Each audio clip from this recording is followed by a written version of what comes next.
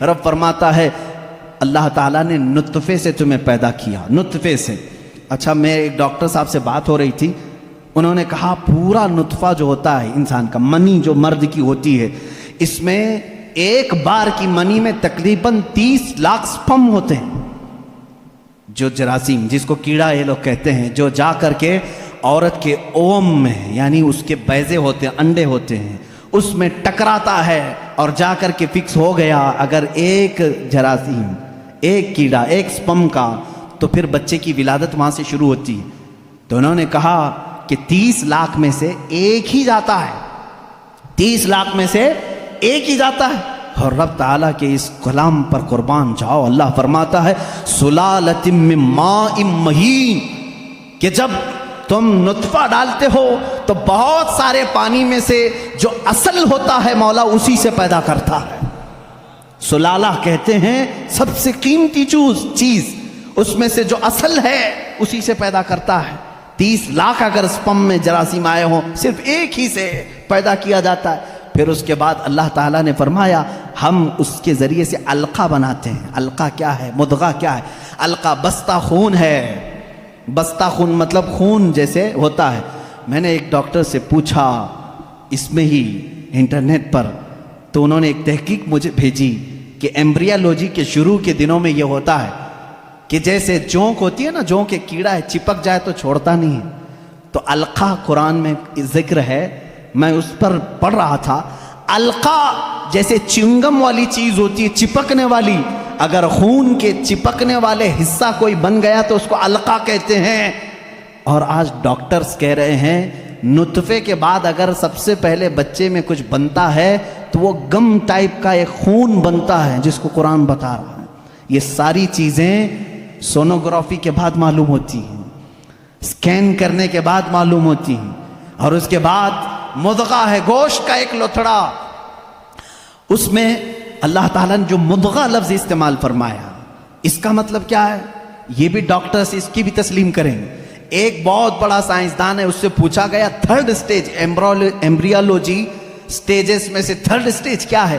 تو اس نے ایک لمبا سا آٹا یا کچھ چنگم لیا، اس کو دانتوں میں رکھا، چبا کر کے دکھایا، ایک لمبا کیڑا اور اس پر دانتوں کے نشان، دانتوں کے نشان۔ ڈاکٹرز جب سکیننگ کریں گے تو ان کو یہ پتا چلے گا کہ پہلے ماں کے پیٹ میں ایک لمبی چیز بنی جس پر دانتوں کے نشان جیسے۔ قرآن نے مضغہ کہا۔ مضغہ کیا چیز ہے؟ جب عربی میں اس کا ترجمہ دیکھا گیا تو ایسی چیز جو لمبی ہڈی ہو اور اس میں جگہ جگہ سے کاٹا گیا ہو، مضغہ اس کو کہتے ہیں۔ اور ڈاکٹرز کل 100% اتفاق کرتے ہیں کہ تھرڈ سٹیج میں جب یہ بچے کی ولادت آتی ہے تو اس کی صرف ریڑھ کی ہڈی بنی ہوتی ہے جو پیٹھ پر ہے، جس میں جگہ جگہ گانٹھ ہے، ایسا لگتا ہے جیسے کسی نے کسی چیز کو چبایا۔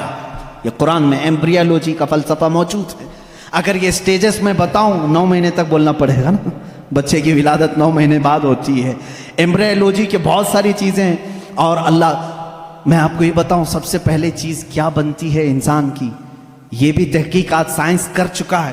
سب سے پہلے بچے کے نطفے کے بعد علقہ، مضغہ، اور اس کے بعد اس پر چمڑی آتی ہے، یا جو بھی 27 ویکس، اگر 24 ویکس ہوتے ہیں اگر پریگننسی کے، تو سب سے پہلے وہ جنین میں سننے کی چیز آتی ہے۔ کیا؟ سننے کی چیز۔ اس کے بعد اس کے اندر محسوس کرنے کی، دیکھنے والی چیز آ جاتی ہے 27 ویکس کے بعد۔ پھر اس کے بعد اس کی ہارٹ بیٹ بھی شروع ہوتی ہے۔ اب قرآن کی آیت پڑھو، اللہ فرماتا ہے وَجَعَلَ لَكُمُ السَّمْعَ وَالْأَبْصَارَ وَالْأَفْئِدَةَ قَلِيلًا مَا تَشْكُرُونَ۔ ہم نے تمہارے ماں کے پیٹ میں سب سے پہلے سننے کی طاقت دی، دیکھنے کی طاقت دی، پھر دھڑکنے والا دل عطا کی۔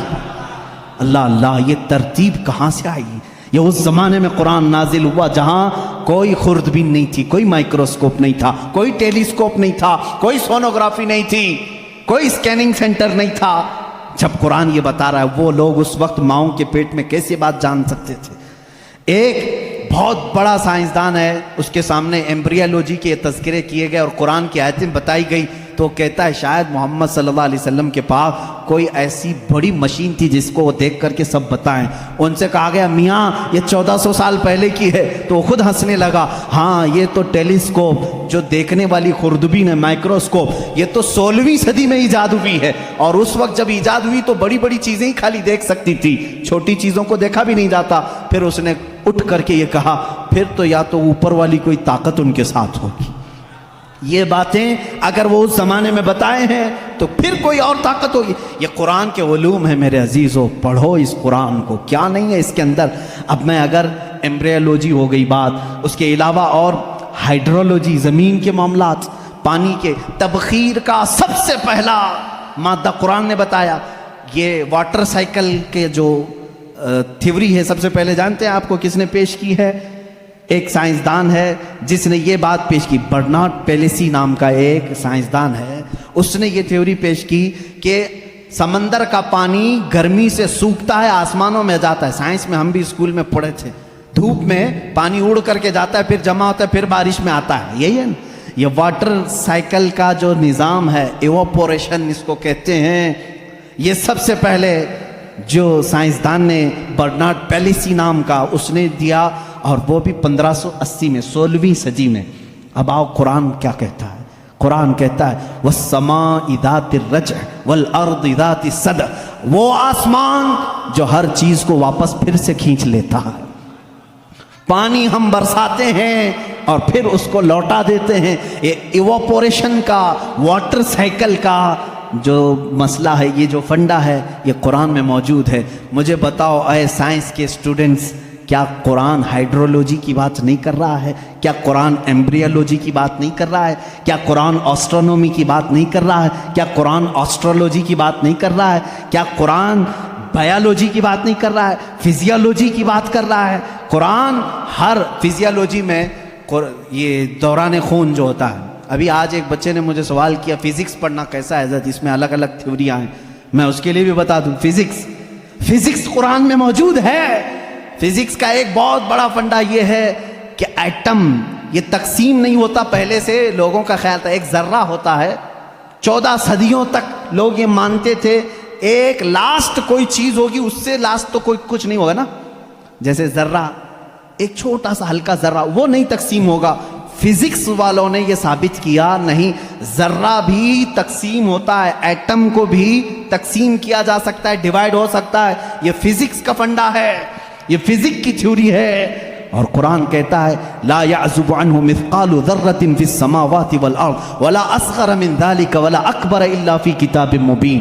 اللہ فرماتا ہے ذرے کے برابر بھی کوئی چیز اللہ تعالیٰ قیامت کے دن چھوڑے گا نہیں، ہاں ذرے سے چھوٹی بھی ہو، ذرے سے بڑی بھی ہو۔ سب سے پہلے عرب میں قرآن نے یہ کہا ذرے سے چھوٹا، ایٹم سے بھی چھوٹی چیز ہو سکتی ہے، اور 14 صدیوں کے بعد فزکس والے کہہ رہے ہیں کہ ایٹم بھی تقسیم ہو سکتا ہے۔